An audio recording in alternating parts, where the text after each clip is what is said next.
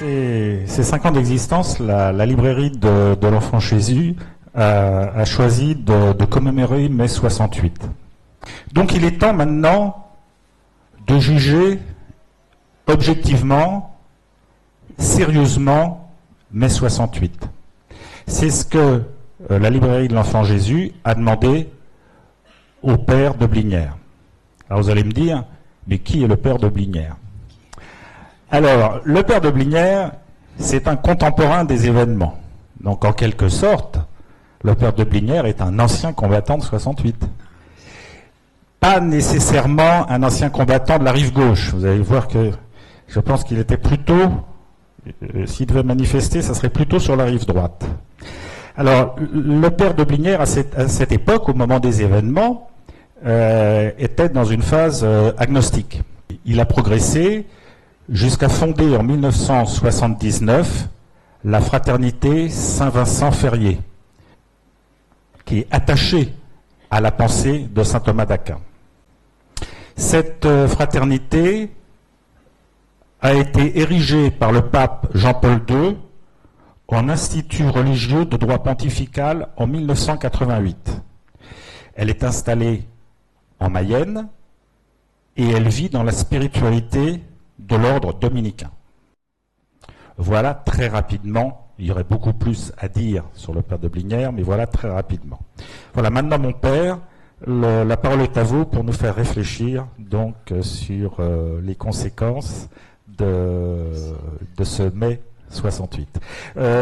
Sachez qu'à la librairie, vous pourrez également vous procurer, vous faire dédicacer plusieurs ouvrages du père de Blinière, dont l'un est préfacé par le cardinal Sarrat et un autre par monseigneur David Macaire. Alors je remercie la famille Aubry, la librairie et puis notre ami qui vient de me présenter d'avoir eu, j'allais dire le toupet, enfin l'insistance, parce qu'ils ont beaucoup insisté, de me faire parler sur un sujet qui n'est pas mon sujet professionnel, parce que je suis prêtre, je suis philosophe, théologien, prieur, et donc ce que je vais vous dire, ce sera vraiment comme une causerie amicale, et je vous demande de le prendre comme tel. Donc je vais essayer de proposer une analyse, mais c'est pas l'évangile, hein. Donc si vous n'êtes pas d'accord, tant mieux, ça vous permettra de m'offrir un whisky et de discuter sur le thème sur lequel vous n'êtes pas d'accord. Et puis je vais peut-être aussi un peu blessé par certaines des appréciations que je ferai, certains personnages politiques, mais c'est pas dans le but de les blesser, c'est d'essayer de réfléchir. Donc vous avez le plan, mai 68, 50 ans après, hein, un petit plan et puis 2 tableaux. Donc d'abord la grande partie, c'est propositions d'analyse, tentatives d'analyse, et ensuite rapidement, je ferai quelques propositions positives. Si j'ai pas le temps de les faire, vous avez au moins le tableau. D'abord une tentative d'analyse.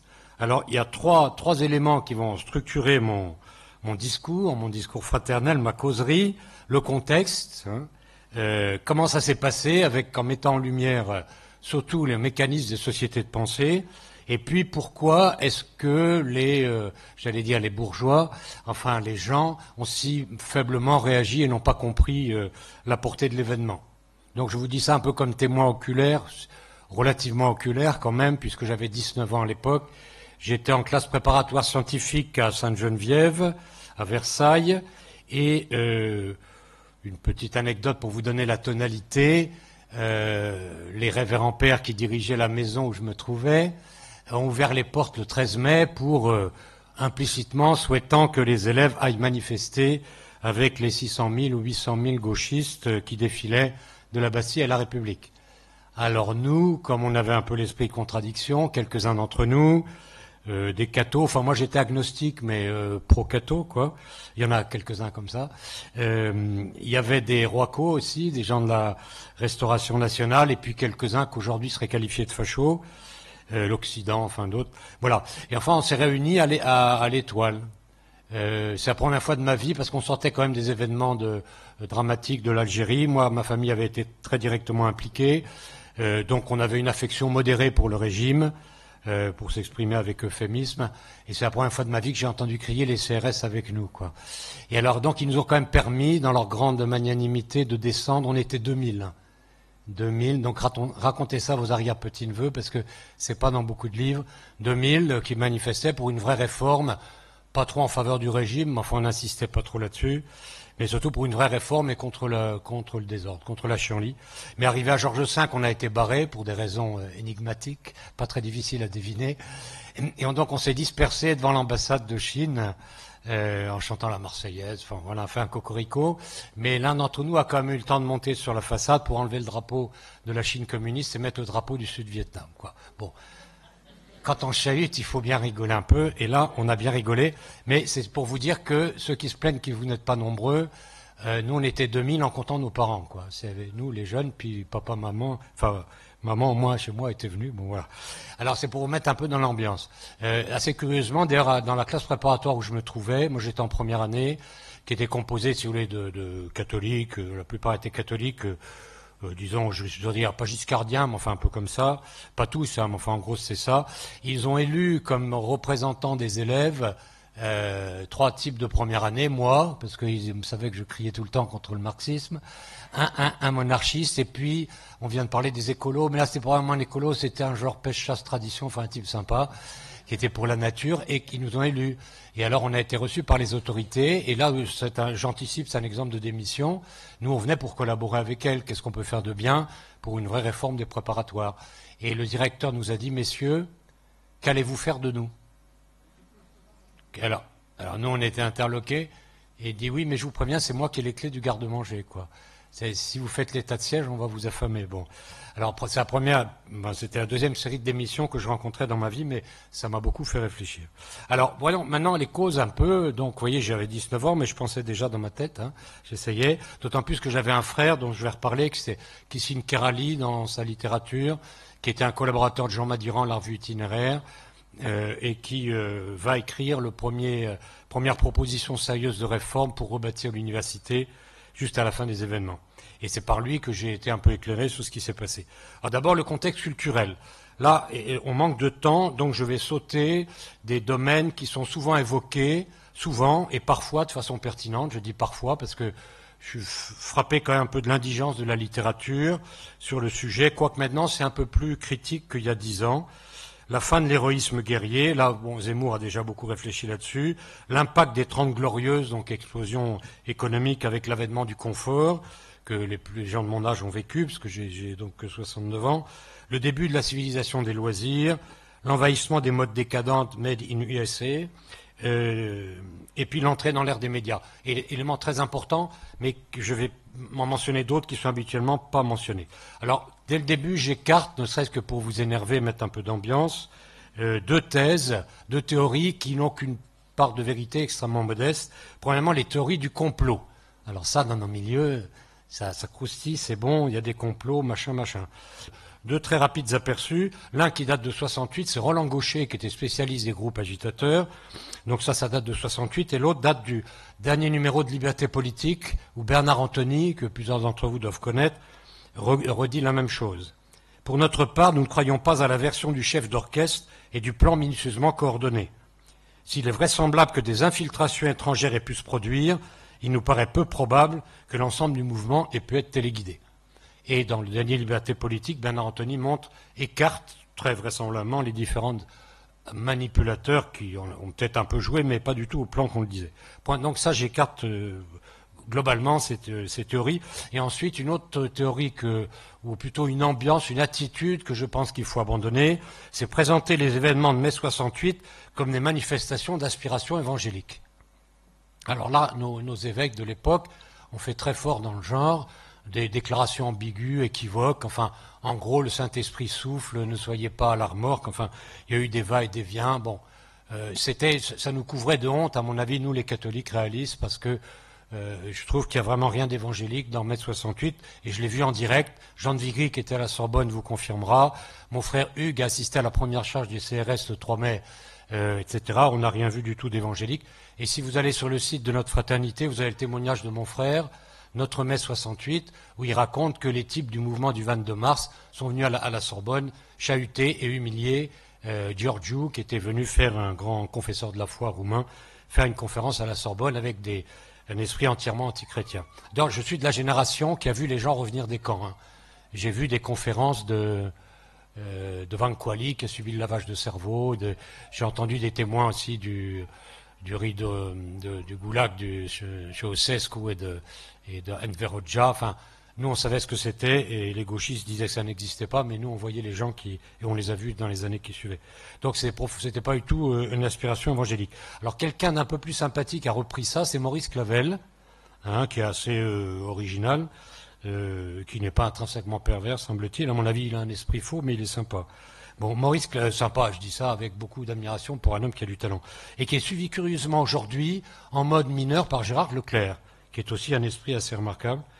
Donc je pense qu'ils ont faux là-dessus. Ça n'empêche pas que je les aime bien, mais enfin c'est comme ça. Voilà. Donc écartons ces choses qui sont vraiment des impasses. Hein.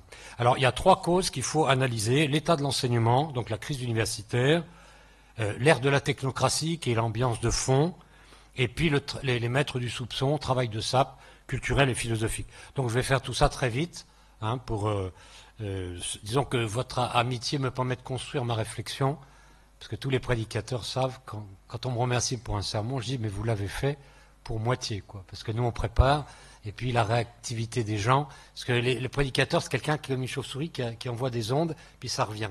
Et en fonction de ce qui revient, il est inspiré ou pas. Donc je vous remercie de me soutenir. Voilà. Donc, et alors, une lamentable... Alors, je me suis beaucoup inspiré d'un numéro de la revue Itinéraire, revue fondée par un groupe avec Louis Saleron et qui a été très vite pris en main par Jean Madiran en 56 et qui a rendu de grands services pendant 35 ans. Donc, le numéro de juillet-août 68 où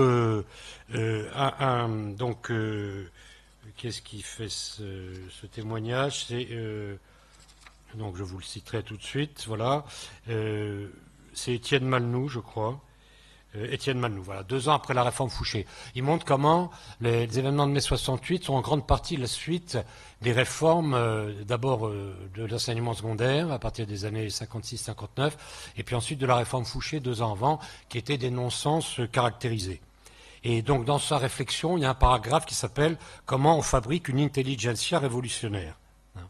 Alors, évidemment, démocratiser l'enseignement, en un sens, ça pourrait se comprendre, s'il s'agit de faire accéder tous ceux qui sont capables, mais la prétention de transformer massivement une structure très particulière qui s'appelle l'université française, qui n'est pas faite pour préparer aux professions, sauf en droit et en médecine, en machine à recevoir des dizaines de milliers de gens, surtout après une réforme secondaire complètement ratée.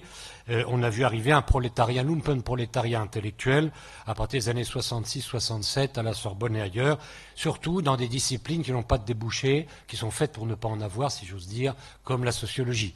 Et c'est pas un hasard si Cohn-Bendit est étudiant de sociologie, donc à Nanterre, et que le groupe du 22 mars s'est fondé à Nanterre dans une université bidonville, on peut dire. Elle a un tout petit peu retapé aujourd'hui. Moi, j'ai passé ma licence par correspondance là, déjà prêtre en 89. C'est assez cauchemardesque, mais ça l'était beaucoup plus à l'époque. On dirait presque que ça a été fait après. Ils ont géré le problème un peu comme ils gèrent celui des banlieues. Enfin, je dis ça avec un mauvais esprit caractérisé, mais je ne pense pas vous troubler trop là-dessus.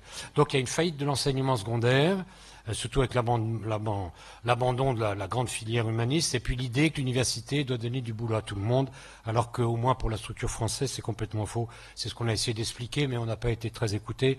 Au moins tout de suite, ça commence à venir 40 ans ou 50 ans après. Donc ce qui frappe dans les événements, dit Malnoux, c'est l'absence de formation et de réactivité intellectuelle des étudiants. Sauf que, comme fait remarquer Vigry dans son joli livre « Le passé ne meurt pas », même les slogans un peu débiles, certains étaient écrits en bon français. Quoi. Ce qui vous les date, parce qu'aujourd'hui, si la phrase dépasse une demi-ligne, il y a 3 fautes d'orthographe. Bon. Alors c'est un fruit des réformes de la Ve République. C'est pour ça que je vais vous dire, je ne vais pas forcément être très constructif par rapport à cette République qui pourtant partait, je dirais, non pas d'un bon sentiment, mais d'une bonne idée de restauration de l'État au début. Mais enfin, je ne suis pas de ceux qui rêvent d'un retour aux grandeurs supposées et réelles pour certaines du gaullisme. Je pense que ce ne serait pas... mais je suis désolé si je vous blesse un peu, ce n'est pas mon but. Hein. Mais je vous dis ce que j'ai vécu et sur lequel j'ai réfléchi pendant un demi-siècle à peu près. Hein. Donc ensuite, c'est une réforme ratée. Ensuite, on a fait de la Sorbonne, de Censier et de quelques autres lieux, des repères, si vous voulez, des places de sûreté du communisme. Parce qu'il y avait un parti étudiant unique qui s'appelait l'UNEF, dont vous entendez encore parler aujourd'hui, dans une forme encore plus décadente, j'allais employer un autre mot. Donc en fait, voilà, il y avait une sorte de monopole marxiste sur les syndicats étudiants, ou même professeurs comme le SNESUP, hein. Mais l'État aurait pu, surtout souvenez-vous, pour les plus vieux, en 56, c'était Budapest, c'était Jean mes beaux-frères, qui était parmi ceux qui ont envahi l'ambassade du RS, ou le siège du Parti communiste. Enfin, le communiste avait quand même stalinien, avait quand même un petit peu d'aile dans le plomb, et les gouvernements auraient pu en profiter pour voilà, prendre des mesures un petit peu plus réalistes, hein, fermes mais charitables pour les peuples, pour le bien du peuple. Or, ça n'a pas été pris, et non seulement on a laissé ces groupes-là, mais on les a encouragés, et au contraire, surtout à partir des barricades d'Alger, donc 60, et bon, de l'agitation qui a suivi, avec également donc la résistance au type d'abandon qu'on faisait de l'Algérie, je précise, parce que j'ai approché de très près ceux qui ont résisté, qui étaient souvent une partie d'entre eux des gens fins, intelligents, généreux, très loin de la brute sombre que représentent parfois les gens mal informés. Et j'ai parlé avec eux, enfin directement, soit à l'intérieur d'une maison, disons, où on médite, quoi, à la santé, soit dans le salon de mes parents. Et donc ces gens-là ont résisté à la façon dont on abandonnait une partie notable de notre population, les gens qui nous avaient fait confiance, et en particulier mon père était engagé dans la recherche des disparus d'Algérie, ça m'a énormément marqué, et j'ai constaté en effet que l'abandon des élites était parfaitement machiavélique et de nature à briser complètement le sens de l'honneur. Pour moi, ça a été d'ailleurs une des causes matérielles de mon rejet de la foi pendant un temps. Bon. Donc en fait, non seulement on ne brisait pas ces groupes, mais vu que la Sorbonne avait des privilèges qui dataient de Blanche de Castille, la police n'intervenait pas, et il y avait pratiquement des centres de permanence pro-communistes installés à la Sorbonne, à Sancier et dans quelques autres endroits, avec l'accord du recteur Roche, qui, le ministère étant au courant, qui était complice, puis le doyen Aymar, etc., et le doyen Dury. Parce que ce qu'ils importaient d'abattre, c'était les fascistes, quoi. Enfin, c'est comme ça qu'on nous présentait, hein, les types soit OS, soit pré-OS, parce que soit sans être entièrement OS, mais enfin contre le type d'abandon qu'on était en train de concocter, soit Occident, qui était une trouille bleue pour les gauchistes, parce qu'ils étaient très, très efficaces au point de vue physique, hein, les types d'Occident. Quand on disait v'là Occident, ça faisait bon. Ou la Restauration nationale. Donc c'était ça le danger, quoi. Et ça, moi en 62, j'avais 13 ans, mais je m'en souviens comme si pas comme si j'y étais, mais quand même. On était vraiment des parias, quoi. Et même dans certains milieux cathos, quoi. Une fois, je me souviens, j'étais pris en voiture par une bonne catho qui, pour conduire à mon collège, c'était pourtant pas très loin, et elle me disait, ah bah oui, tous ces officiers là de l'Algérie française, il faudrait les fusiller. Alors moi je disais dans ma tête, merci pour papa, quoi, je veux dire. Mais c'était une brave dame, quoi. Vous voyez, elle faisait partie de la doxa de l'époque. Bon, donc on était quand même marginalisés, quoi. En plus, on espionnait les types à la PMS et tout. Il fallait surtout éviter ce qui montre la trouille du gouvernement. Toute constitution, il y a une constitution rien du tout d'ailleurs, hein, parce qu'on était vraiment groupusculaires, c'était nous les groupuscules. Mais on connaissait assez curieusement, moi je suis persuadé qu'on allait se profiler et se prospérer. Les groupuscules gauchistes, nous on avait tout leur organigramme. Alors si les services spéciaux les avaient pas, dites-moi, on peut leur donner des cours. Hein, non, c'est que vraiment on les a laissés, quoi. Hein, voilà. Donc voilà, ça c'est très grave. Ensuite, ça, première idée, vous voyez, un enseignement inadapté, une espèce de pseudo-démocratisation qui n'avait pas de sens. On accueillait trop d'étudiants pour ne pas faire de débouchés. Ça continue. D'ailleurs, ce qui est incroyable, c'est que 50 ans après, on a l'impression qu'une partie des choses n'est pas comprise encore. Hein. Bon, et voilà, c'est comme ça. Mais alors, un autre aspect très important, sur lequel je me permets d'insister, parce que peut-être on ne le souligne pas assez, c'est la technocratie.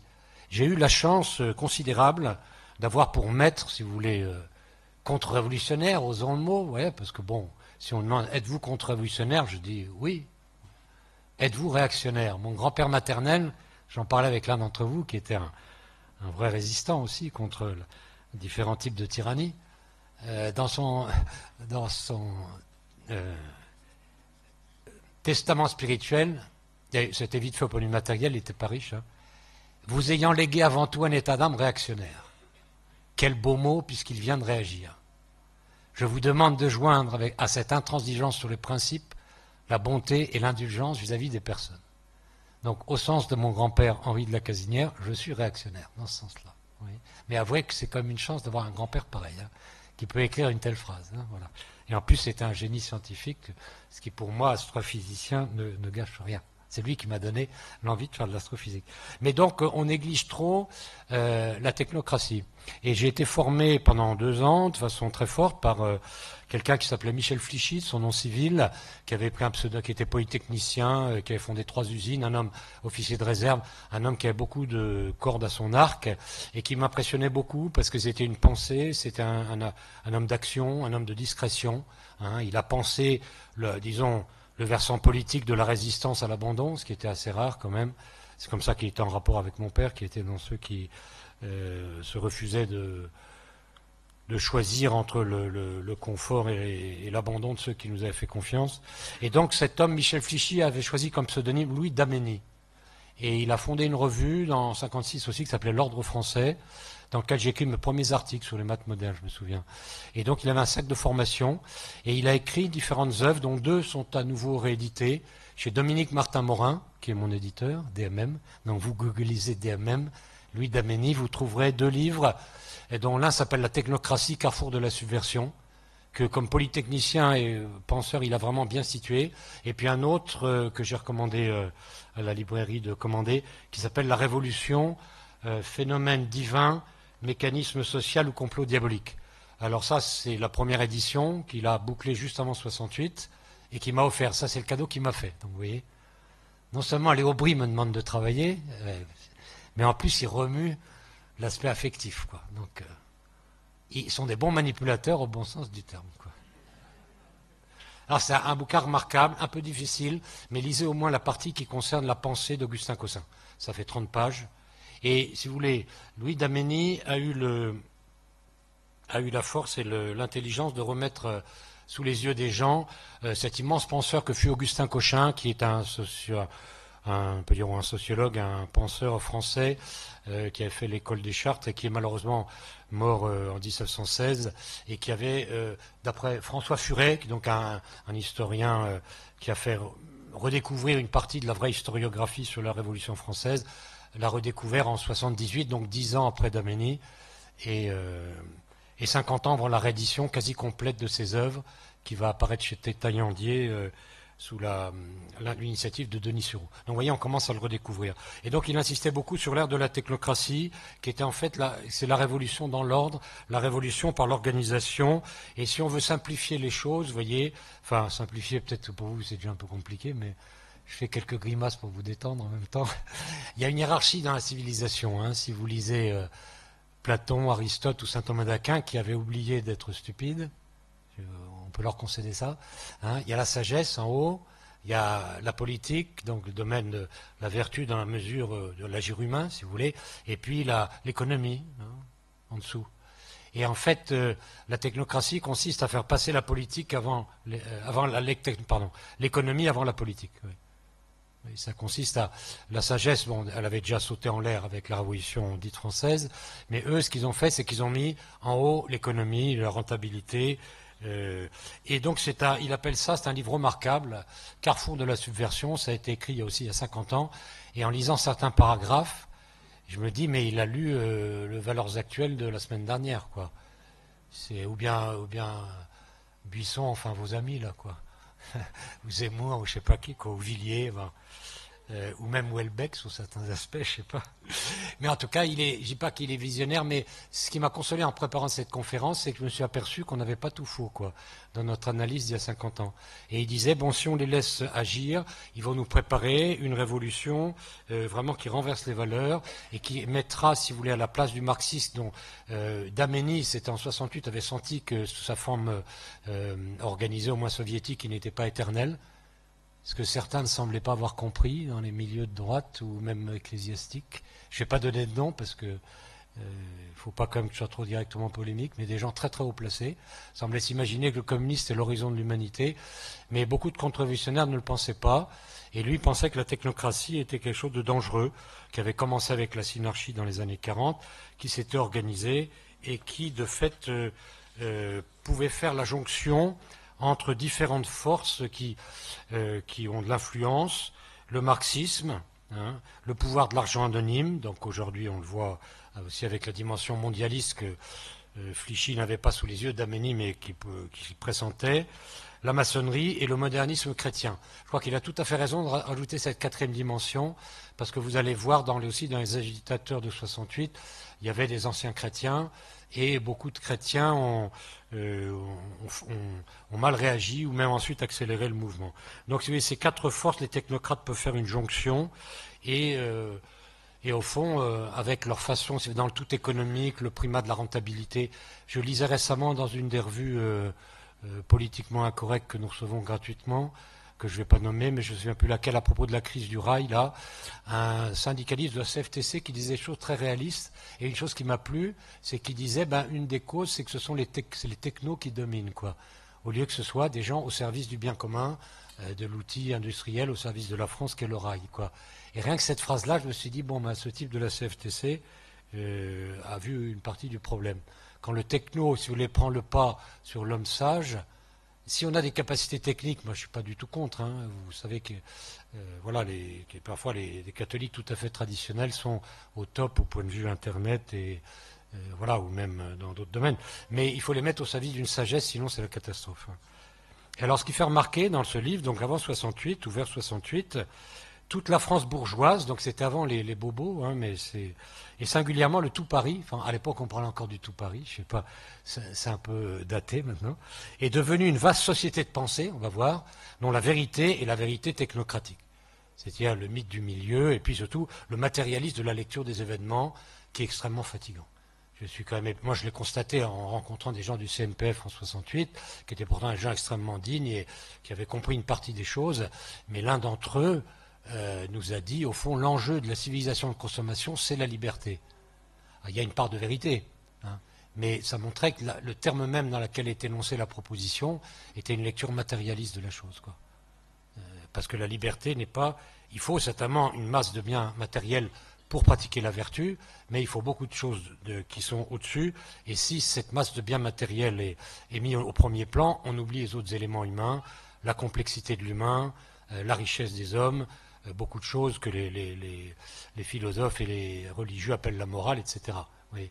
Et j'étais frappé quand je suis rentré à Sainte-Geneviève, j'étais agnostique, mais je me disais, les jésuites, c'est des gens intelligents, comme vous savez.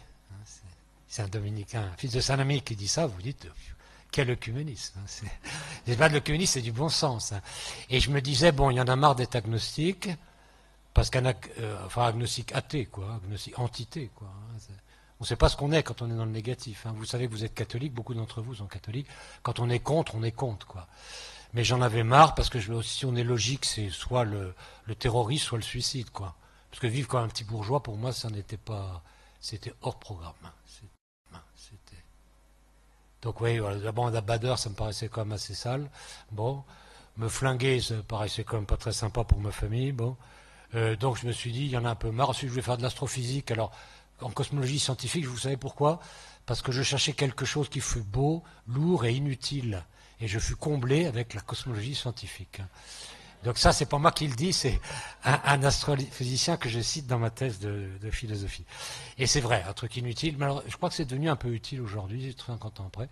Mais ça n'enlève pas le côté contemplatif. Récemment, j'ai vu une vidéo absolument remarquable sur les théories qui permettent d'éclairer vraiment les tout premiers instants par rapport à la théorie standard sur le Big Bang. C'est un jour un ami, quelqu'un des services spéciaux, je racontais ce que je faisais en fac, et il m'a dit, c'est de la poésie pure. Et c'est la poésie du bon Dieu. Mais à l'époque, j'étais agnostique, j'en avais marre. Et je me dis, je rentre chez les jésuites, qu'est-ce que va faire le jésuite? Moi, j'avais étudié le bouddhisme, tout ça, le protestantisme, c'est vite fait, l'islam. Je dis ça très affectueusement vis-à-vis des protestants, mais pour moi, il n'y avait pas photo, comme disent les jeunes, hein, l'orthodoxie, surtout le bouddhisme et l'islam. Et je me dis, il n'y a pas photo, si Dieu existe, c'est le catholicisme qui a raison. Donc si on prouve l'existence de Dieu, paf, je me retourne comme une crêpe, et je redeviens catho, je vais à la messe. Donc j'étais moyennement pressé, quoi. Voilà. Mais alors je me dis, les gestes vont me prouver l'existence de Dieu.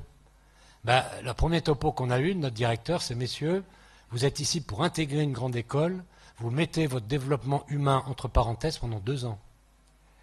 Alors je dis pas ça comme une charge, on avait surnommé d'ailleurs ce directeur d'un nom d'ordinateur. celui de plus petite capacité à l'époque, 360-30. Hein. Bon, on était des étudiants, évidemment, on était des vaches, quoi. On bossait quand même, hein, on avait calculé qu'on devait bosser, on faisait la semaine des 80 ou 85 heures. Hein, et en fait, on était 6 ou 7 agnostiques, on s'est regardé. Nous, on voulait des cours de théologie, quoi. Bon, c'est pour vous dire qu'il ne faut pas désespérer, quoi, les pires crapules. Et en fait, c'est mai 68 qui, pour moi, a été indirectement l'occasion de revenir à la foi de mes pères, et je ne le regrette pas, évidemment, puisque je suis là, pour vous dire que finalement, le catholicisme, c'est quand même pas mal.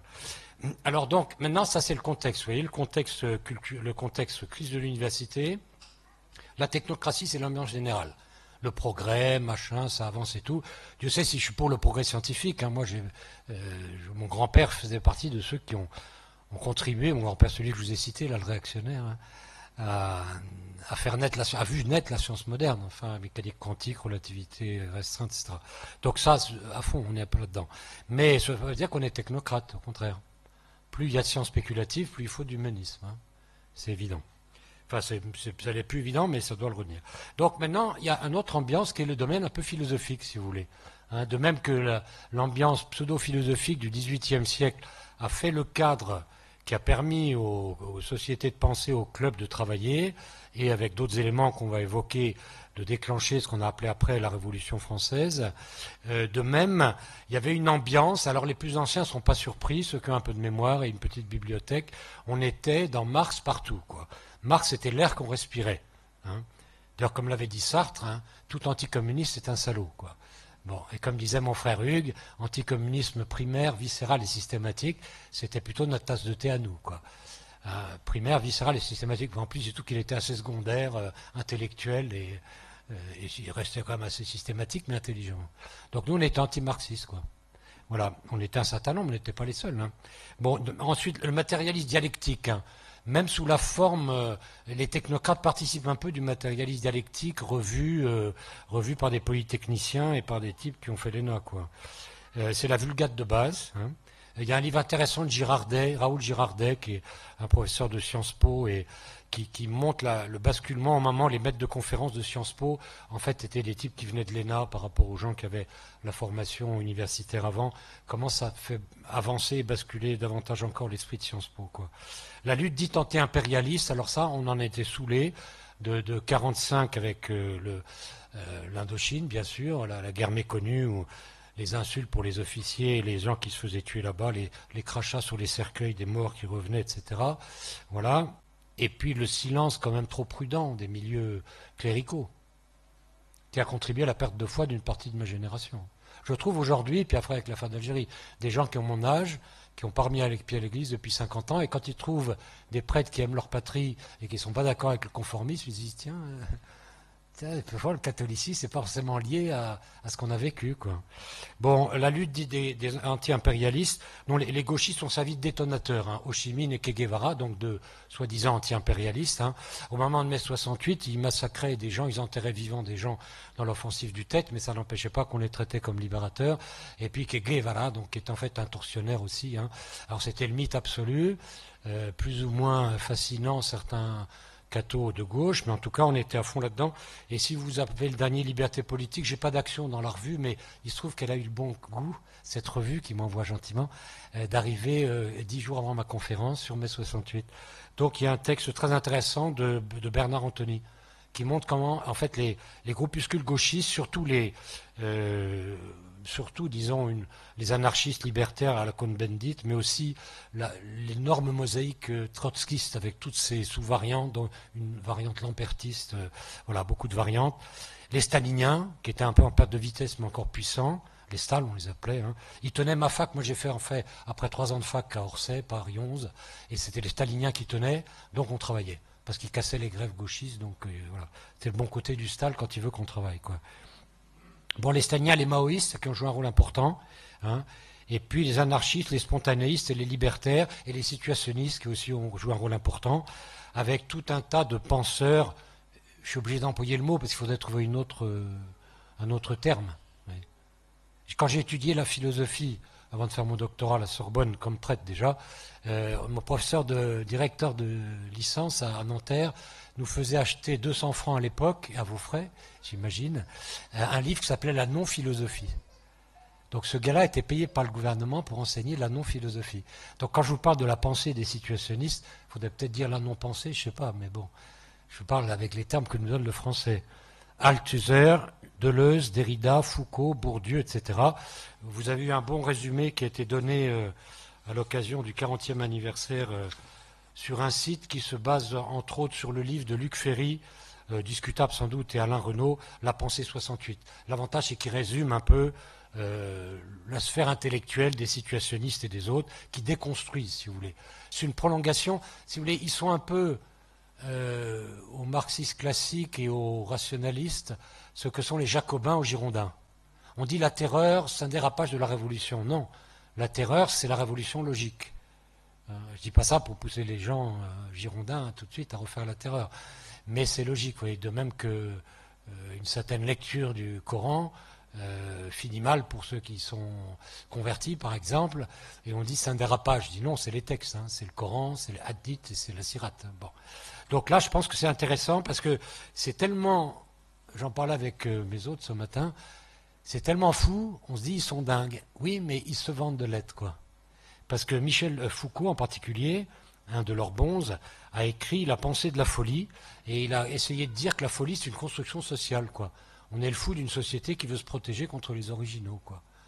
Alors ils ont dit des trucs absolument invraisemblables, on se dit ils sont fous. Mais c'est vrai que le problème finit par se poser quand même. Hein. Sauf qu'ils sont fous, mais ils n'ont pas le talent d'un Thomas More ou d'un... Vous voyez, qui est avec l'utopie, enfin, un humaniste qui commence un peu à... Ou bien, je sais pas, François Rabelais, qui n'est pas un père de l'Église, mais enfin, qui est quand même assez... qui savait manier sa langue, enfin, voilà, parce qu'il avait quelque chose. Mais ces gars-là, ils sont tristes, oui. Je crois qu'un des signes du révolutionnaire à ce stade, c'est l'absence du sens de l'humour. Ils sont tristes, quoi. Je vais vous donner un exemple. Dans la cour de la Sorbonne, au début, il y avait tout le monde. Donc il y avait nous aussi, si je veux dire, enfin pas moi, mais les étudiants de Cato. Mon frère était président des étudiants de l'Institut catholique, faculté libre, philosophie. Donc il y avait des stands pour tout le monde. Et Cohn-Bendit lance une quête pour un sous-marin pour le Vietnam. Donc pour le but de ce que le Sud-Vietnam soit soumis à la dictature communiste. C'est ça, la traduction en français. Et mon frère et quelques copains lancent une quête pour acheter un sous-marin, pour couler le sous-marin pour le pour le Vietnam. Et Cohn-Bendit le cherchait partout, qui est type qui voilà. Ce sont des types très tristes. Oui. Je dirais qu'il y a une sorte d'analogie. En théologie, j'ai remarqué, quand il y a une autorité qui dit un truc discutable, très souvent, les mesures juridiques qu'elle prend sont douteuses juridiquement. C'est assez curieux, parce qu'il y a une communion entre le droit canon et la théologie. Et de même, quand un philosophe dépasse les bornes, il devient triste et s'oppose, quoi. Quand vous voyez Sartre, si vous voulez, vous n'avez pas envie de devenir sartrien. Malheureusement, il a fait perdre la foi à toute une partie de ma génération. La nausée, c'est peut-être le titre qui le définit le mieux, à mon avis. Alors qu'un type comme Camus, c'est comme une autre tenue, quoi. Il en parlait justement avec Bruyck-Berger et Albert Camus.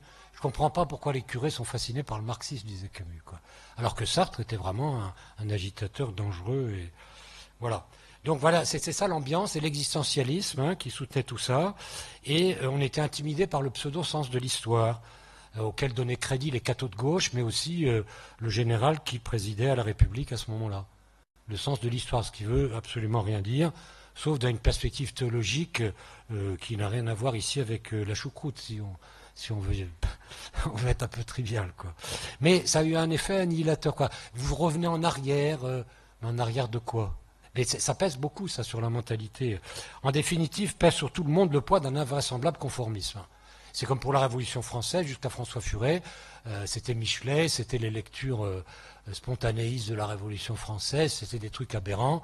Alors maintenant, ça se fissure, ou comme le communiste, disons, de version au moins soviétique, à partir de Stéphane Courtois, justement, qui a fait un bon article dans le dernier Liberté politique, et des livres noirs sur le communisme, tout ça, je confonds un peu les titres, mais il y a une bonne littérature qui fait prendre conscience des choses, dont une partie de la pensée française avait pris conscience en avance, puisque c'est notre famille de pensée, si j'ose dire, qui a diffusé les traductions françaises d'Alexandre Solzhenitsyn, hein, ne l'oublions pas, dès le milieu des années 70. Hein. Bon, donc, finalement, les dits traditionalistes contre-révolutionnaires sont quelquefois un petit peu en avance. Alors, je vous cite un passage, donc, probablement de mon frère Hugues Kérali, dans sa méditation sur qui a été publié juste après les événements pour rebâtir l'université, comité étudiant pour les libertés universitaires. On a fait des propositions et au fond, personne ne nous a écoutés, que ce soit les patrons, les politiques ou surtout pas les ecclésiastiques, voilà. Mais on proposait des choses réalistes pour tenir compte de la crise et développer des filières beaucoup plus proches du réel, des entreprises, développer les filières d'apprentissage, enfin beaucoup de choses intelligentes et qu'on commence vaguement à faire maintenant.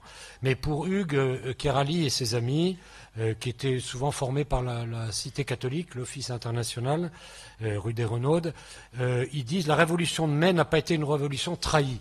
Parce qu'on a quelquefois des titres comme ça, la révolution trahie. Mais a trahi quoi? Non, elle a raté, si vous voulez. Elle est avortée. Mais c'est quand même une révolution. Heureusement, c'est un tel bazar qu'elle pouvait difficilement. Pour qu'elle réussisse, il aurait fallu que les staliniens marchent. Mais bon, ça c'est classique. Hein. Il semble que Moscou n'a pas donné le feu vert pour des raisons que je laisse nos amis politiques non conformistes vous exposer. Voilà. Et donc, ils n'ont pas voulu que le régime tombe, si vous voulez. Mais sinon, ça pouvait tomber, quoi. En tout cas, c'est sûr que c'est une révolution avortée. Et je pense qu'elle est quand même assez réussie, en ce sens que, tout en passant à une phase beaucoup plus soft, d'abord la loi Faure, on va le voir, entérine une partie de la confusion mentale qui s'est manifestée dans les slogans idiots. Enfin, quand je pense qu'il y a des types qui sont en admiration dans les conneries, qui étaient affichées sur le mur de la Sorbonne, enfin, franchement, c'est affligeant, quoi. Dire que des adolescents se défoulent, on se défoule, quoi. Ben, sachez qu'il y a pas mal de nationaux qui, au début, étaient accognés sur les CRS, enfin, et allez voir le témoignage de mon frère sur notre site, quoi. Parce que quand même, il faut faire un chahut, puis c'était quand même les troupes de Gaulle, quoi. Enfin, en gros, quoi. Mais assez vite, on s'est rendu compte que c'était pas le bon carton à jouer, donc ça a duré 3-4 jours, pas beaucoup plus. Mais n'empêche que c'était quand même des trucs et profondément subversifs, si vous voulez. Hein. C'est pas sous les pavés de l'esprit, dit Gérard Leclerc, pour qui j'ai beaucoup de... S'il me voit en vidéo, parce que maintenant tout circule dans le cloud improbable qui gouverne ce qui reste de pensée dans le monde, quoi. Et donc, s'il me voit, qu'il sache que mon amitié est tout à fait présente. Sous les pavés de l'esprit, non, sous les pavés, l'ordure, enfin, je sais pas, ou la confusion, ou quelqu'un qu'est-ce qui a fait ça? Encore un pas avant l'abîme, c'est le titre de Liberté politique, quoi. Non, sous les pavés, rien du tout. C'est comme le mythe maçonnique, si vous voulez. Au cœur, le secret, c'est rien, c'est le néant, quoi. Hein, c'est vraiment nihiliste. Hein. Donc, en fait, c'était une révolution, mais qui, je crois, a réussi, en ce sens qu'elle a fait un peu comme les gramscistes, les communistes durs, mais qui ont compris qu'il fallait passer par la culture. Hein. Et donc, c'est pas vraiment une révolution avortée, hein, au moins provisoirement. C'est même une des révolutions les plus réussies, parce qu'elle visait le renversement de toutes les valeurs, et que maintenant, dans les mois qui viennent, il semble qu'on y arrive, enfin, d'une certaine mesure, parce que l'ordre naturel reprend toujours son bon sens, au moins par nation, par région, par famille, par... Bon, il y a des résistances. Grâce à Dieu, rien n'est inéluctable, hein. Alors, ce que font remarquer les analystes comme Madiran et Kérali, c'est qu'on n'avait rien transmis de consistant, si vous voulez, à cette génération, dans le positif, parce qu'aujourd'hui, avec certaines universités ou systèmes de formation parallèles, on a les moyens de beaucoup mieux se former, hein, grâce à Dieu, ne serait-ce que les cafés histoire, mais encore d'autres choses. Mais vraiment, on avait transmis, soit directement, soit indirectement, la révolution. Et en fait, les 68 arts, cravatés ou non, qui étaient dans la rue, d'abord c'était pour se marrer un peu, bon, et puis ensuite, plus ils commençaient à rêver à je ne sais quoi, mais en fait, ils appliquaient ce qu'ils avaient entendu dire, quoi. Seulement, les maîtres du soupçon font plus loin que les autres, c'est-à-dire qu'ils sont plus rigolos et plus nocifs, si vous voulez, que Marx, et que Mao, parce qu'ils vont jusqu'au sexe. Alors l'érotisation de la société, but de Marcuse, a été réussi. Voilà, on va dans des domaines encore plus intimes, si vous voulez. Et en fait, une des grandes motivations, c'était ça. Le premier truc, c'est Cohn-Bendit disait on va aller chez les filles pour coucher avec elles et tout. Bon, c'est assez prosaïque d'aller coucher avec elles sur les pelouses de Nanterre, etc. Bon, c'était complètement... c'est pas très héroïque, hein, je veux dire, c'est... Donc, et de fait, peu à peu, on a fait sauter les verrous et on a réussi, hein, et même dans ceux qui s'y opposent, ne serait-ce que par la mode. J'étais très frappé en 70, et j'étais à l'anniversaire d'une proche amie, et quand elle m'a ouvert la porte, j'ai fait comme ça. Moi, j'avais 20 ans, j'étais converti depuis 3 mois, et elle était habillée comme... Enfin, mesdames, j'espère ne pas vous vexer, j'espère seulement vous faire réfléchir. Donc.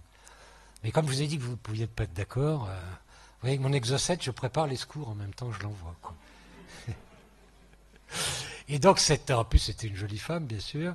Et alors, je l'ai vue habillée comme les putains de la rue de Tilsit. Enfin, à l'époque, quand j'allais chez un copain, je passais rue de Tilsit pour aller boire un whisky avec des glaçons et du Perrier. Sinon, la guerre était invivable. Hein. Chez mon copain. Et donc, voilà. Et voilà, c'est les pauvres filles qui étaient là, qui dehors souvent vous disaient bonjour. Enfin, voilà. Mais elles étaient habillées d'une façon technique. Hein. Les péripatéticiennes, pour reprendre le mot d'Aristote, avaient un uniforme reconnaissable. Et là, c'est une femme de la société aristocratique, en plus mon amie, enfin ma très proche. J'ai été tellement estomaqué, je lui ai rien dit, quoi. Mais ne vous savez pas l'impact que ça a eu, c'était maintenant il y a 48 ans, hein, sur les jeunes de l'époque. Donc je pense dans les réactions contre-révolutionnaires, il y a la nouvelle élégance à lancer, enfin je ne sais pas comment on peut dire, il y a eu les nouveaux philosophes, il y a la nouvelle élégance, enfin sainement féminine, sans être craignos, comme on disait il y a 20 ans. Quand on n'a pas des mots au goût du jour, il faut se mettre à craignos, ça ne doit plus courir le truc, mais bon, voilà. Débrouillez-vous, de toute façon les femmes ont de l'imagination, il n'y a pas besoin de leur faire un dessin. Mais donc en fait, ils ont appliqué ce qu'ils ont entendu, quoi. C'est-à-dire contre toute norme. Si vous verrez dans la conclusion, voilà, il faut faire sauter les normes parce qu'elles sont oppressives. C'est vraiment une présentation qui, à mon avis, n'est possible qu'en ambiance néo-protestante et luthérienne.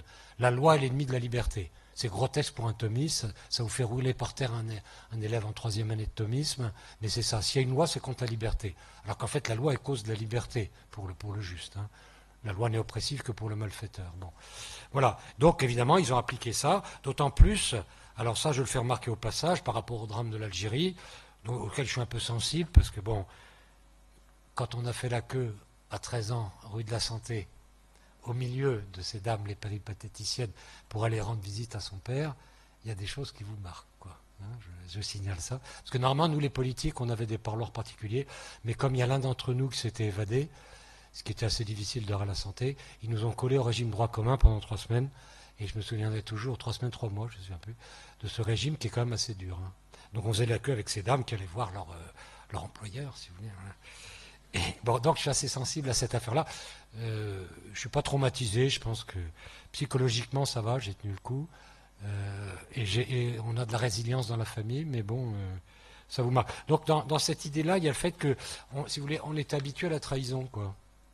Puisque en fait, nos chefs politiques, hein, pour les plus vieux d'entre nous, nos lieutenants, qui ont fait désarmer les gens qui allaient être égorgés après, certains de nos profs, certains de nos curés, certains de nos évêques, certains de nos patrons, en fait, nous ont appris à trahir, quoi.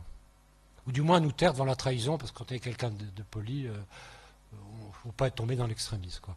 Donc, si vous voulez, pour Louis Saleron et Jean de Vigry, la civilisation de consommation et la façon dont s'est terminé le drame de l'Algérie sont dans les causes prochaines à compter pour la constellation des causes de mai 68. Alors maintenant, il faut parler après le travail des maîtres du soupçon, il faut parler des sociétés de pensée. Voilà, le mécanisme des sociétés de pensée. Donc je vous ai parlé d'Augustin Cochin. Donc vous voyez, il y a une crise de l'université. Donc là, vous avez le tableau qui met en parallèle la révolution dite française avec les événements de mai 68, parce que je pense qu'il y a une très grande analogie, de même qu'il y a une analogie partielle aussi entre les événements de 1917 à Saint-Pétersbourg et puis la Révolution française. Donc une préparation culturelle, un élément déclencheur, qui est une forme qui ne se fait pas, qu'il fallait faire vraiment, hein, et puis un moteur. Et le moteur, bien sûr, ça a été amplifié par les médias, mais le moteur, ça a été essentiellement les groupuscules, les commissions, avec les groupuscules gauchistes qui agitaient la sauce, et qui avaient aussi, il y a un élément de complot aussi, mais il y a un croisement des complots, vous voyez, il y a un livre qui s'appelait Les 13 complots du 13 mai à propos de 58, et je trouve que c'est un bon titre. Hein. Il y a des complots qu'on arrive à remonter, qui souvent s'entrecroisent, on ne sait pas trop lequel qui réussit. Bon, enfin, mais surtout, il y a le fait que comment se fait-il qu'une révolution peut tourner avec des minables ? C'est une chose qui a beaucoup frappé Augustin Cochin. Quand on étudie de près la Révolution française, à la différence de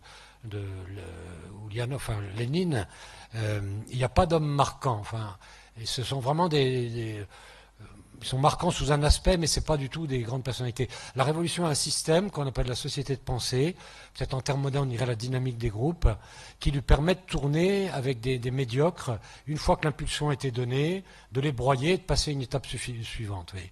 Alors là, ce serait un peu long de vous le détailler, mais je vous conseille de vous procurer le le livre de Dameny et de lire la partie sur les sociétés de pensée. En gros, si vous voulez, pendant tout le XVIIIe, il y a eu la préparation philosophique avec la République des lettres, hein, dont le prince très doué littérairement était Voltaire. Si vous voyez son buste à l'Académie française fait sur son masque mortuaire, je crois que ce buste vous apprendra plus sur lui qu'un discours. Hein. J'ai beaucoup de mal à avoir de l'affection pour lui, bien qu'il soit un génie. Mais je pense un génie du mal, franchement. Mais donc voilà, la République des lettres est devenue une réalité avec le moment où les salons se sont transformés en sociétés. Et la France, à partir de 1750-60, a été couverte d'une multitude de sociétés à prétexte ou à réalité scientifique, artistique, culturelle, etc. Et puis maçonnique, bien entendu, mais pas uniquement. Hein. Et on se réunissait, on déposait les insignes de l'ordre auquel on appartenait à l'entrée, et on se réunissait sur la base de l'égalité, au sens, si vous voulez, non pas où chacun a la même nature, mais où ce qu'on fait dans la réalité n'importe pas. C'est ça qui compte. Il ne faut pas s'omnibuler sur la question des privilèges dans l'Ancien Régime. Hein. Les privilèges devaient être, quand il y avait un problème à mettre au point, le versant d'un devoir. Et l'aristocrate est celui qui, dans tous les instants de sa vie, estime qu'il a plus de devoirs que de droits. Donc on déposait ce qu'on est dans la réalité, même prêtre, etc., tiers-ordre et tout, et on discutait sur base d'égalité pour trouver la vérité. Et non pas unis par la vérité, parce qu'il y a aussi, si vous avez fait de la recherche scientifique, il y a des brain struts, enfin on se réunit, on a bossé, et on est ensemble. Et on se réunit pour trouver la vérité, mais on est déjà réunis par la vérité scientifique auquel on communie. On est tous d'accord sur les bases générales, dans la relativité générale, on cherche seulement à améliorer telle chose qui ne rend pas compte de tel cas. Vous voyez ? Donc l'extérieur rentre avec nous. Mais quand dans un groupe, l'extérieur ne rentre pas, c'est la fin des haricots. Parce qu'on est égaux, hein, on est libre soi-disant, et puis on discute comme ça librement. C'est ce qu'on a caricaturé sous le nom de cité dénuée, en reprenant une caricature qu'Aristophane faisait à Socrate, de mauvaise foi à mon avis pour Aristophane. Là, on discute dans le vide. On n'a pas de décision politique à prendre, économique et tout. On cherche la vérité. Et au bout du terme, on vote. Vous voyez. Alors ce système-là a l'air complètement banal, mais c'est complètement c'est antinaturel.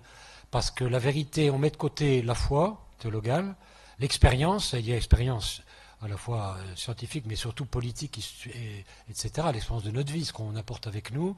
Tout le monde n'est pas sur le même plan. Vous voyez. Et puis la tradition. Hein, chaque pays a une tradition qui est sa voie d'accès à l'universel. Parce que pour accéder à l'universel, il faut être enraciné. Donc vous mettez ça de côté, vous réunissez entre vous, et ce qui va, alors vous agitez un peu, et ce qui va surnager, c'est les esprits légers, les parleurs et tout. Les gens sérieux vont se barrer, si vous voulez, ou être mis de côté, quoi. Parce que c'est casse-pied, quoi. Et automatiquement, un cercle intérieur va se dessiner, et ce sera les plus déconnectés du réel qui vont se brancher. Et si les gens réalistes veulent dire quelque chose, eh bien, ils seront obligés de se taire, de voter, même contre, et à l'extérieur, tout le monde avouera ce qu'a décidé le cercle en interne. Et alors ça, je l'ai revu, enfin je vais assez vite, on a revu sous nos yeux dans les assemblées générales étudiantes, oui. Et il s'agissait d'être solidaire avec ce qui avait été voté, même si on était contre dedans, etc. Et donc il y a eu ce système d'emballement des sociétés de pensée. Je vois encore un type qui revenait à Ginette, il avait été à la Louvain à Paris, là où il y avait la fac de sciences à l'époque, je ne sais pas Paris numéro combien, et il nous disait, on disait, mais qu'est-ce qui se passe? Ça va vite, ça va vite. Alors bon, on est débranché ici, on est débranché. Bon. Vous voyez la densité métaphysique du message. Enfin, mais c'est ça, en fait. Et donc, c'est pour ça que je pense que les jésuites nous ont ouvert la porte. Donc, c'est un système très pervers et ça vaut vraiment la peine de l'étudier de près parce qu'une fois que les complots variés et divers ont été lancés, c'est ça le mécanisme qui broie les choses et les gens. Hein, soi-disant égalité par rapport à liberté. La libre pensée, c'est la liberté par rapport au réel. Ce que nous appelons dans le langage réaliste la vérité, si vous voulez. Hein, et on l'a construit avec les votes et tout, et il en sort une soi-disant fraternité qui est en fait un esclavage, qui fait que l'aboutissement assez logique de toutes ces libérations successives, c'est la terreur, quoi. Et d'ailleurs, Rousseau l'a dit, hein, on les rendra libres de force, hein, reprenant la moins bonne des idées de Platon dans la République. Hein. Donc en fait, c'est un truc très pervers. Et ce qui m'a beaucoup frappé, et qui fait peut-être que je suis là, chers amis, c'est que les types de la comité étudiant pour les libertés universitaires ont fait un tract de 4 pages à 4, si je me souviens bien, bleu, si ma mémoire est exacte, que je ne retrouve pas, mais qui a donné lieu à l'annexe numéro 1 du livre pour rebâtir l'université, qui expliquait ce mécanisme. Alors moi, je me suis dit, tiens, les cathos, c'est ce qui se passe.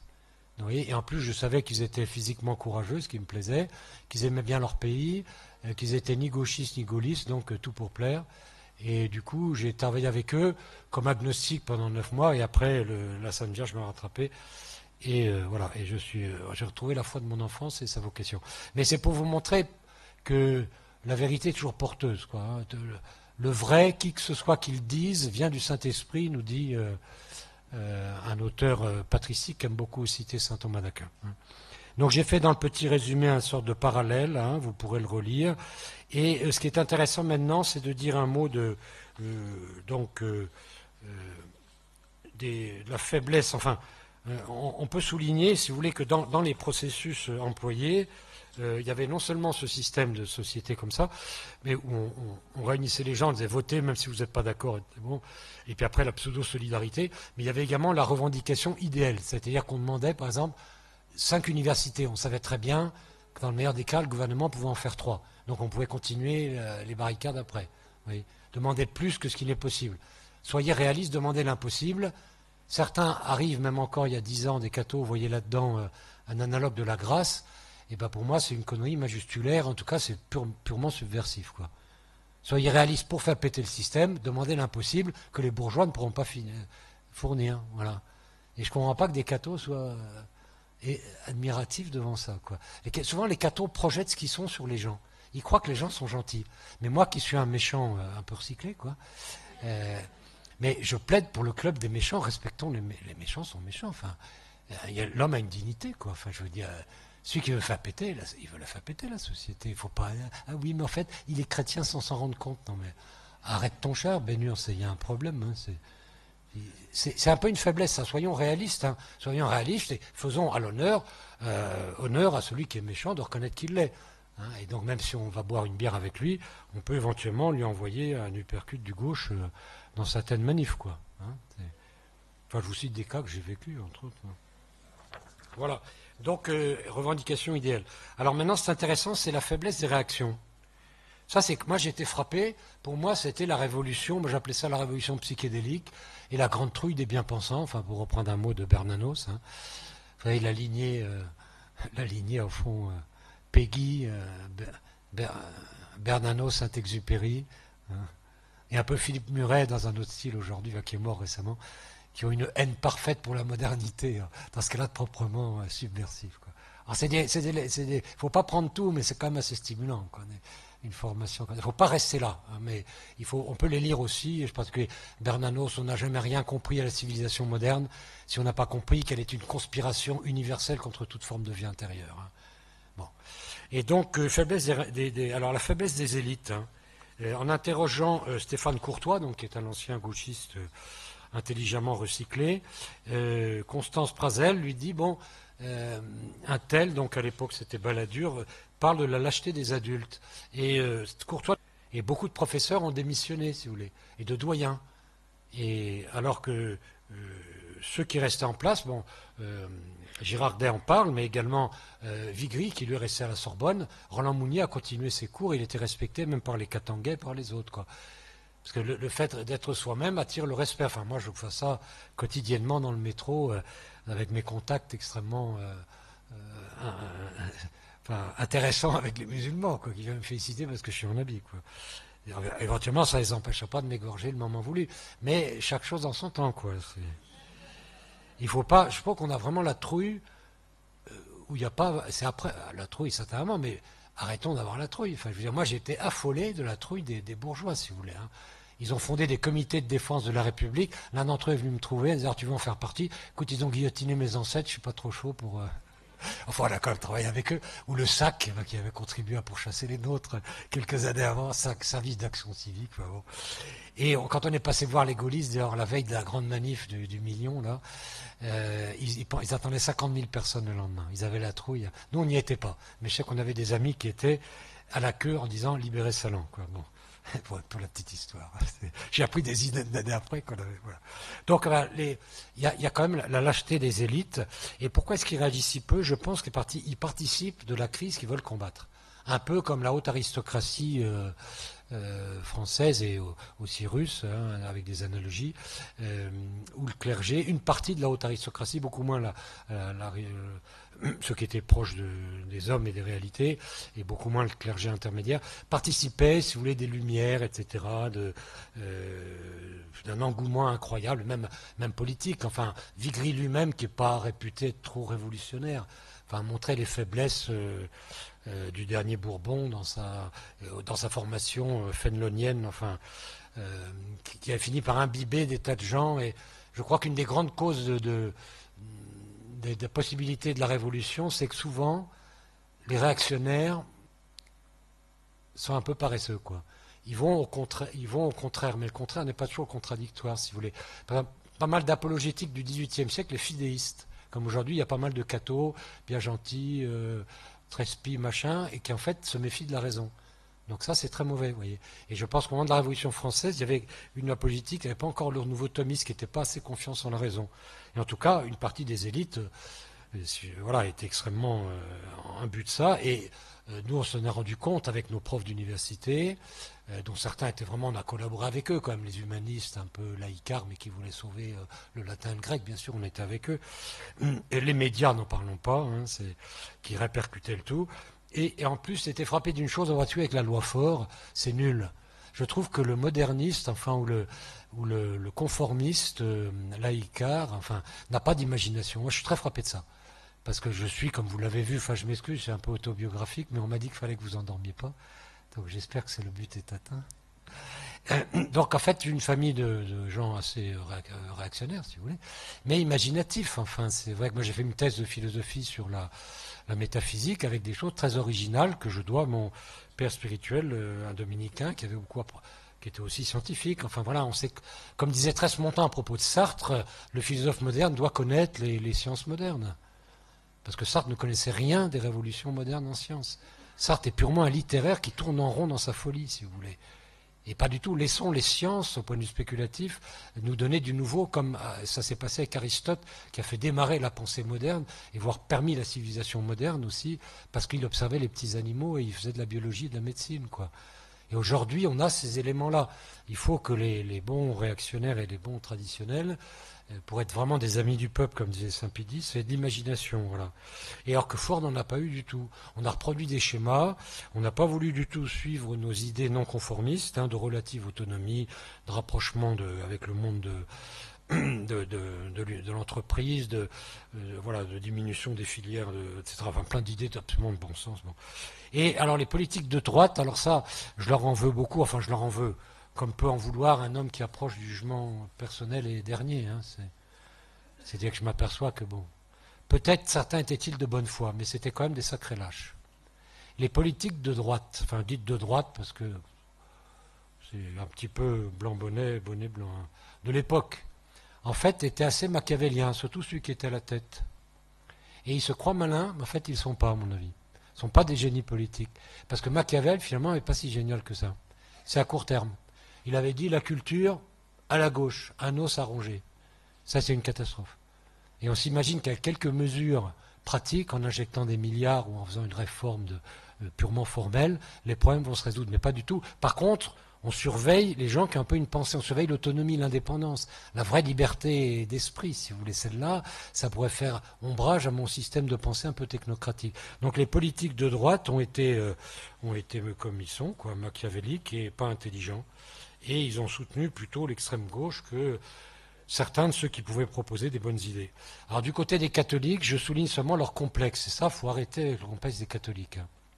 Ça commence à venir, bien heureusement. Hein. Et dans les éléments positifs, on peut quand même remarquer qu'en effet, les catholiques s'affichent davantage dans les pays d'Occident où l'Église pourtant est en chute libre en Europe et Amérique du Nord. Hein.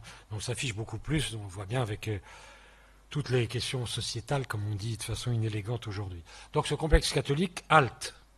Il y avait un nombre de catholiques, prélats et fidèles laïcs, qui étaient complètement en complexe d'infériorité par rapport à la modernité et fascinés par le marxisme. Alors pour que les plus jeunes se rendent compte, pensez à la fascination de beaucoup de nos clercs par rapport à l'islam, que je trouve invraisemblable. D'abord, ils le connaissent mal. Ensuite, nous qui travaillons, enfin avec l'abbé Loiseau, mais et aussi d'autres groupes, à accueillir les très très nombreuses personnes qui voudraient sortir du contexte musulman, on n'arrive pas à avoir pignon sur rue avec des évêques qui nous disent, ben venez, vous, les gens qui venaient du contexte culturel islamique, le Christ c'est pour vous aussi, on vous accueille, il y a tel numéro de téléphone, tel endroit, telle paroisse, tel machin, tel... Voilà. C'est élémentaire, quoi. Et si on est là, on est à 300 à 500 baptêmes par an, on passera à 3000 à 5000 sans aucune difficulté. Donc, halte au complexe de fascination du faible pour le fort. Parce que c'est qu'une force apparente. Hein. Un de mes amis algériens, enfin franco-algérien, kabyle plus exactement, me dit l'islam se développe ici, là-bas il s'effondre. Enfin, un certain islam. Bon. Et puis, arrêtons d'avoir un complexe d'infériorité par rapport à la modernité, quoi. La juste modernité dans ce domaine spéculatif, scientifique, bravo. Hein, même à la limite dans certains trucs psychologiques. Serge Thomas Bonino est un dominicain de Marseille, donc c'est pas loin d'ici, et il ne le cache pas dans son accent. Il était dans mon jury de thèse. Et il nous disait dans une retraite, comme disait un psychologue, les psychologues seront bientôt les derniers alliés des curés. Comme disait un psychologue, ceci, cela, quoi. Alors, 30 ans après, il y a des psychologues aux États-Unis qui découvrent que ce que disaient certains curés n'était pas totalement barjot, quoi. C'est quand même assez sympa, quoi. Voilà. Donc, on a la modernité est loin d'être contre nous, quoi. Tout à fait. Donc, voilà mon survol. Et maintenant, vous prenez le dernier tableau. Alors, c'est un tableau de provocation volontaire qui va vous permettre de réfléchir pendant un certain temps, puisque c'était une conférence pour vous stimuler. Et je ne sais pas si j'arriverai à la rédiger, mais bon, j'espère. Alors, vous avez 4 colonnes, hein, parce que ça s'adresse aux cathos. Je pense que la plupart d'entre vous êtes chrétiens, mais si vous ne l'êtes pas, ben, demandez la grâce de le devenir, parce que vous serez plus dans le réel, quoi. Être chrétien. Quelqu'un m'a demandé pourquoi vous avez choisi le catholicisme. Ben, je lui ai dit, après avoir réfléchi, c'était au Café Cathé. Parce que je trouve que dans le catholicisme, c'est là où il y a le plus de raison. Hein. Donc, je vous dis ça pour les gens qui aiment bien la science, la raison. C'est là où je trouvais le plus de grande densité de raison. Voilà. Et c'est pas l'abbé Lemaitre qui a inventé le Big Bang qui me contredira. Hein. Donc j'ai mis les contre-valeurs 68 armes et les vertus humaines en regard. Alors les contre-valeurs 68 armes, c'est l'instant, l'instantanéisme, joint au ludisme. Enfin j'ai failli mettre le ludisme, ludo ça veut dire je joue, hein, le pseudo-ludisme, quoi. Hein. Mais c'est plutôt un ludisme sinistre. Quand vous êtes dans le TGV, maintenant, s'il y a un être humain qui lit un bouquin, vous dites oulala, c'est un compartiment civilisé là. Ou même en marchant dans la rue, les gens parlent tous. C'est la première fois que j'ai vu ça. Je me dis, tiens, il y a beaucoup de ventriloques ici, quoi. Ouais, c'est intéressant, quoi. Le pseudo-ludisme, si vous voulez, bon. Et pour contre ça, il faut ramener le primauté de la contemplation. Hein, avec, c'est un numéro spécial d'itinéraire. Vraiment, voilà, lisez le bouquin de Sarah, La force du silence. Je crois que, et ça, les partants dans les vertus humaines, la réflexion, la culture du temps long.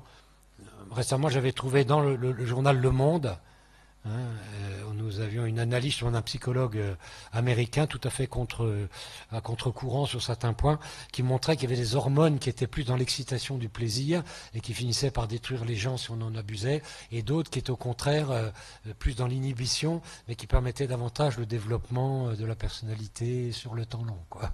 Alors c'est vraiment rigolo de voir qu'un amerloc sympathique, comme ils sont souvent, hein, vient au secours de la vertu, la morale du bonheur, qui est celle de ça. Le plaisir accompagne le bonheur, mais le bonheur ne se résume pas au plaisir. Et si vous cherchez directement le plaisir, d'ailleurs, vous ne l'aurez pas. Il faut chercher la béatitude, et le plaisir accompagne ça, quoi. Donc, primauté de la culture, du temps long, la réflexion. Hein. Prenez le temps de bouquiner. Enfin, là, vous avez de la librairie de l'Enfant Jésus. Donc là, c'est la contre-valeur 68 arts. Prenez du temps, je sais pas. Forcez-vous à prendre du temps. Faites des retraites, faites des goums, je sais pas si ça existe encore. Faites des trucs, vous êtes obligé de penser, vous n'avez pas votre portable avec vous, quoi. Mais on a des moyens modernes aussi pour ça. Ensuite, le refus de la limite, ça c'est dramatique, quoi. Le refus de la limite, il n'y a pas d'homme, il n'y a pas de femme, comme si la limite était aliénante, alors que le refus de la limite, pour moi, c'est vraiment revenir en deçà de l'avènement de la pensée humaine philosophique par les Grecs, qui ont découvert le péros, la limite, et donc les natures. C'est tout le combat de Platon et de Socrate contre les sophistes. On revient en deçà des sophistes. Tout est confondu, si vous voulez. Et donc c'est vraiment une régression vraiment civilisationnelle extrême, quoi. Il y a des limites, donc il y a en général, les éléphants n'engendrent pas des libellules. Bon, c'est assez rare, quoi. Voilà, mais c'est passionnant, mais c'est fascinant. Et c'est comme ça qu'Aristote a commencé, quoi. Bon. Donc voilà. Donc et en général, un homme c'est un homme, une femme c'est une femme, et ça tourne comme ci, comme ça.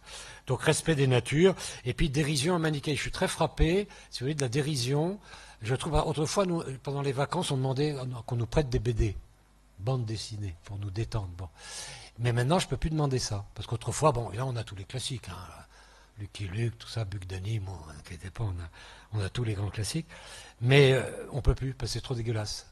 Soit c'est porno, soit c'est onirique, soit tout se termine par la destruction, c'est nihiliste, quoi. Donc, la dérision. Eh ben non, réagissons par le respect des formes. Comme disait Philippe Benetton, il a fait un beau livre là, sur le dérèglement moral de l'Occident. Il disait, donner un cours en cravate, ça induit quelque chose, c'est pas la même chose que de le donner en jogging, en machin. Vous me direz, vous êtes réac. Ouais, je le suis, c'est sûr. Ça, il n'y a pas de doute, surtout si votre cravate est de bon goût. Mais ça, si vous êtes anglais, vous n'êtes pas forcé de respecter le bon goût, quoi. Il y a des codes aussi. Mais c'est très important, hein, parce qu'au moins là, personne ne vous empêche de le faire. Moi, j'ai toujours donné mes cours d'assistant en cravate, et puis les gens se levaient quand je rentrais. Ils avaient intérêt, hein, ça se levait. Ça. Parce qu'ils n'étaient pas très nombreux dans le TD, et j'avais commencé déjà à faire du karaté. Donc, alors évidemment, voilà, mais c'est pour rigoler, quoi. Il y avait quand même une bonne ambiance dans mon TD, quoi. Bon, donc la dérision, arrêtons la dérision. Donc que les femmes nous fassent l'honneur de reconnaître leur propre mystère, et que les hommes reconnaissent que le dimanche, c'est pas le samedi, ni le lundi. C'est que le dimanche, on s'en dimanche, point. C'est complètement basique, mais faites ça, puis vous allez voir. Bon. Vous allez voir rien du tout, mais au moins, vous dites, tiens, j'ai fait ce que j'ai pu. Moi, ça fait 50 ans que je fais des trucs, on a l'impression d'être à contre-courant. Mais comme disait André Charlier, il faut accepter d'être seul, et quand on a accepté ça, on s'aperçoit qu'on ne l'était pas. Et c'est exactement ce qui m'est arrivé. Les pélés de charte de mon temps, on était 300. Le dernier, c'était 15 000, quoi. Bon. Alors, il y a quand même eu du progrès. Hein. La manif du 13 mai, on était 2000, là. Bon, quand vous faites une manif pour la vie, il y a quand même des centaines de milliers de gens. Bon. Alors, et puis, sortons du manichéisme, quoi. Ne soyons pas manichéens. Ne faisons pas l'apologétique du mépris par rapport à l'islam, Il faut honorer les gens. Il faut voir leur grandeur, il faut connaître leurs textes, il faut même apprendre leur langue, vous voyez. Hein. Il faut avoir le courage des conflits, quoi. Bon, et puis avant et après, donc l'obnubilation de la flèche du temps, si vous voulez, ça vaut peut-être en astrophysique ou en physique des particules, mais ça ne vaut pas dans le temps humain. Avant et après, il y en a religieusement, si vous voulez, la création et la parousie, mais politiquement, c'est l'homme qui fait l'histoire. Hein. Et Dieu, bien sûr, sous la providence générale. Hein. Et donc, ayons un héritage critique. Étudions l'histoire. Alors là, il y a un historien qui ne va pas me contredire. Moi, j'aimais beaucoup l'histoire. Et je dis souvent à mes jeunes, la clé de la liberté, c'est l'histoire. Connaissez l'histoire de votre culture, vous serez libre. Et j'en veux un preuve, c'est un témoignage d'une famille chrétienne, d'un ancien frère musulman, qui ne s'est pas converti au christianisme, mais qui est devenu philo-chrétien et philo-français, Malik Bezou, grâce à la lecture de Bossuet et de Pierre le Vénérable. Hein, donc c'est absolument magnifique.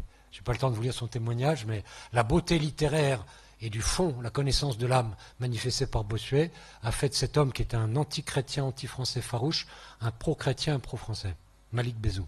Et je peux vous dire, je peux témoigner, parce que maintenant par Internet, on est en contact, maintenant depuis 20 ou 30 ans, avec des intellectuels au Moyen-Orient et en Afrique du Nord, ils sont nombreux. Ceux qui sortent de l'islam, parce que l'islam leur paraît très opposé à la raison, sans quoi ils ne se deviennent pas forcément chrétiens, mais ils peuvent, et ils sont très souvent philo-chrétiens, et en tout cas philo-civilisation chrétienne. Donc histoire vraie, et puis ingénuité sans arrogance, ingéniosité, c'est qu'il faut inventer des trucs nouveaux. Je ne sais pas trop comment vous dire. J'ai fondé une communauté, on est de spiritualité dominicaine, on reprend en gros ce que faisaient les dominicains après-guerre, on n'a pas le lever de nuit et on prend le TGV. Si j'étais venu à pied depuis Chemré, j'aurais eu un mois de déplacement aller, un mois retour. Et beaucoup d'ampoules parce que je suis mauvais marcheur, quoi. Là, évidemment, j'ai mis 6 heures, enfin, il y a la grève qui m'a aidé à rallonger un peu, mais parce que quand même, on est en France. Hein. Mais voilà, donc on est pour cette modernité-là, alors que je dis 160, c'est interdit d'aller même à cheval. Hein. Mais donc, mais sans arrogance, on ne trouve pas qu'on a inventé le fil à couper le beurre, quoi. On est modestement, on essaye de se faire que faisaient nos ancêtres, qui étaient plus costauds que nous, surtout psychiquement. Mais nous, on a des moyens, si vous voulez, grâce à on fait une mendicité, en particulier électronique. On fait quelquefois directement de la main à la main. Mais mendicité, donc. Mais on ne dit pas, et on est meilleur que ceux qui allaient de porte à porte, quoi. C'est pénible de croire qu'on est meilleur que son père, que son grand-père, que son arrière-grand-père. Enfin, je trouve que c'est très mal poli, et en plus, c'est autodestructeur, quoi. Mon père était un salaud, mon grand-père un collabo, mon arrière-grand-père un esclavagiste. Bonjour le moral, quoi, je veux dire. Bon. Alors maintenant, ça c'est au point de vue humain, et ça vaut pour tout le monde. Donc n'ayons pas peur d'être chrétien, parce que, voilà, finalement, je dirais, la cote du christianisme, curieusement, elle monte un peu quand même. Mais alors, je prends ça au point de vue maintenant des cathos, parce que c'est quand même assez frappant de voir que les décadences du christianisme des années 50, et qui s'est poursuivi après, et a causé en partie mai 68. C'est une idée de Ratzinger. Il y a beaucoup de cathos de gauche, ou même qui ont abandonné le christianisme, dans les meneurs de mai 68, et 68 a accéléré la crise à l'intérieur dans l'Église, commencé en 62-65. Maintenant, ça a été pratiquement prouvé de façon quasi scientifique par Guillaume Cuchet, dans son livre Comment notre monde a-t-il cessé d'être chrétien. Donc, mais il y a eu un effet d'accélérateur. Et je pense parce qu'il y a une communion, vous voyez, j'ai mis dans l'homologue en christianisme, agenouillement devant le monde. C'est une expression de Jacques Maritain. Pourquoi être là gaga d'admiration devant le monde? Dans ce qu'il a de bon, il vient en partie du christianisme, quoi, où il vient de valeurs naturelles. Bon. Et le fameux primat du pastoral, eh bien moi je pense qu'il faut contrebalancer ça par la primauté de la contemplation. Bien sûr, on est très au contact des gens, on passe son temps à faire du pastoral, on est même dans les périphéries, des intellectuels agnostiques, des musulmans, des schismatiques, etc. Nous, on est quotidiennement là-dedans, quoi. Hein. Mais voilà, mais j'ai l'habit que portait saint Thomas d'Aquin, et ce matin, j'ai dit la messe qu'il a dite. Donc du coup, ça me permet, voilà. Alors ensuite, par rapport au refus de la limite, il y a une espèce de confusion dans l'Église avec la fameuse communion, et ça devient vague, si vous voulez. Il y a des prêtres qui semblent croire à rien du tout. Il y a des prêtres qui ne respectent pas l'ordre sacramentel. Il y a des prêtres qui ne respectent pas du tout le droit canon. Enfin, on en voit les conséquences aussi, qui se projettent dans des domaines assez douloureux après. Bon, alors, je crois qu'il faut qu'on revienne à une communion structurée. Le dogme, les sacrements et le respect des formes. Et ça, pour revenir à ça, c'est on est chrétien, si on adhère au credo, si on reçoit les 7 sacrements catholiques, et si on respecte la hiérarchie ecclésiastique. Hein. Voilà, il n'y a pas de signe de communion en particulier déterminé, comme on le fait quelquefois. C'est la décadence de passer de la substance au signe, vous voyez, c'est un peu impressionnant ça. Donc je pense qu'il faut qu'on sorte de ça. Vraiment, les jeunes prêtres commencent à en sortir. Hein. Même si tu es de rite Syro au Malabar et que tu ne dis pas la messe réformée après Vatican II, voilà, que tu reconnais la structure du mystère de l'Église, tu es chrétien et catholique. Donc pour ça, c'est la centralité de la croix. Et moi, je propose les vertus réservées du christianisme par l'humilité. Quand on est très riche, c'est facile d'être humble. Quand on est vraiment riche, quoi. J'ai approché de très grands aristocrates, même un empereur, enfin un fils d'empereur, ou des gens qui avaient mangé à table de plusieurs rois, ou des aristocrates de l'intelligence. Et ce qui m'a toujours le plus frappé, c'est qu'ils étaient avec moi comme ils seraient avec un roi ou avec un clochard, quoi. C'est assez facile. Quand on a une telle richesse, vous les cathos, vous avez une telle richesse, il n'y a pas besoin de dire, ouais, on roule les mécaniques, on a plein de trucs de partout. Donc humilité et chasteté. Donc j'ai fait un peu une allusion pour la tenue, mais je pense que là c'est un des grands drames parce que je dirais que depuis 15 ans ou 20 ans, avec l'injection du porno sur la toile, on a un effondrement, si vous voulez, tous mes confrères prêtres disent ça. Et donc c'est vraiment, je sonne un peu une sonnette d'alarme, hein. On a besoin de soldats en état de grâce pour le combat du Christ. Hein.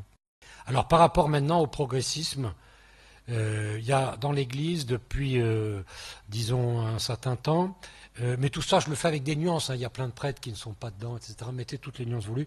Un manque de piété par rapport à ce que Jean Madiran appelait l'être historique de l'Église. Repentance pour le passé, la repentance à répétition. Le passé, c'est ce que j'ai pas fait moi, donc ça va, je peux demander pardon. Et triomphalisme ou discours résigné pour le présent.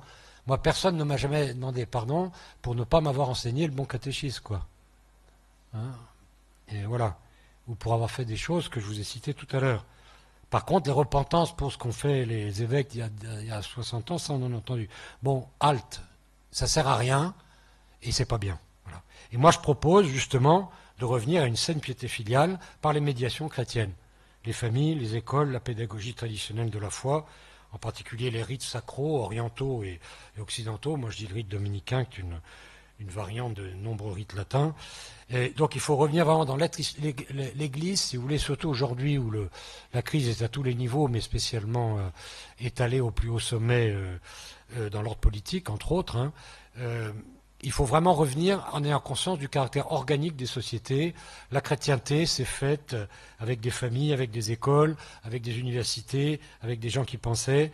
Et voilà, nous avons commencé depuis maintenant 20 ou 30 ans à retisser cette chose-là.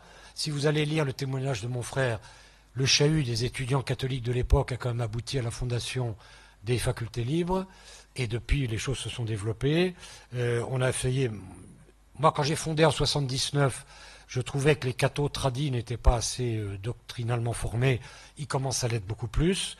Donc, encourageons-nous, développons les médiations chrétiennes avec une piété intelligente vis-à-vis de ce qu'ont fait nos ancêtres qui ont été dans la période délicate et qui ont vraiment...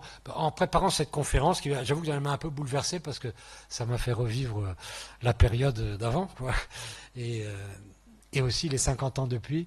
Je rends grâce à Dieu pour les maîtres que j'ai reçus. Actuellement, au réfectoire, nous lisons la vie de Don Gérard, fondateur du Barou, mais que ce soit lui, ou Louis d'Aménie, ou d'autres, ou les officiers que j'ai connus, même les missionnaires, les gens qui m'ont formé, enfin les prêtres latins ou melkites qui m'ont influencé.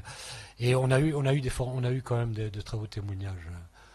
On peut leur rendre grâce parce que ce sont des fleurs. Des années après, je vois des gens qui me disent tiens, c'est le travail de votre père ou de votre frère qui m'a aidé à tenir le coup. Et donc, vous voyez, il faut semer et puis ensuite les choses regerment. Alors, quelquefois, c'est 10 ou 20 ans après, mais ça germe toujours et en tout cas, ça florira au moins dans l'éternité et puis on l'espère ici-bas. Merci de votre attention.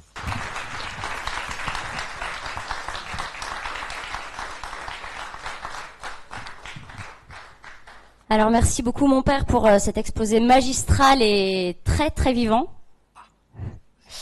Vous nous donnez beaucoup de lumière pour comprendre notre époque et puis pour beaucoup d'enthousiasme aussi pour qu'on soit des passeurs, des transmetteurs de la culture et de la pensée chrétienne. Voilà. Et alors que le monde de l'édition est en baisse, que les librairies ferment, eh bien, en 5 ans, à la librairie de l'Enfant Jésus, nous avons vendu plus de 50 000 livres. Et c'est aussi une clientèle qui ne met pas forcément les pieds à l'église, sachez-le. Et donc pour ces gens-là, ben voilà, c'est l'importance de présenter des bons objets et des bons livres.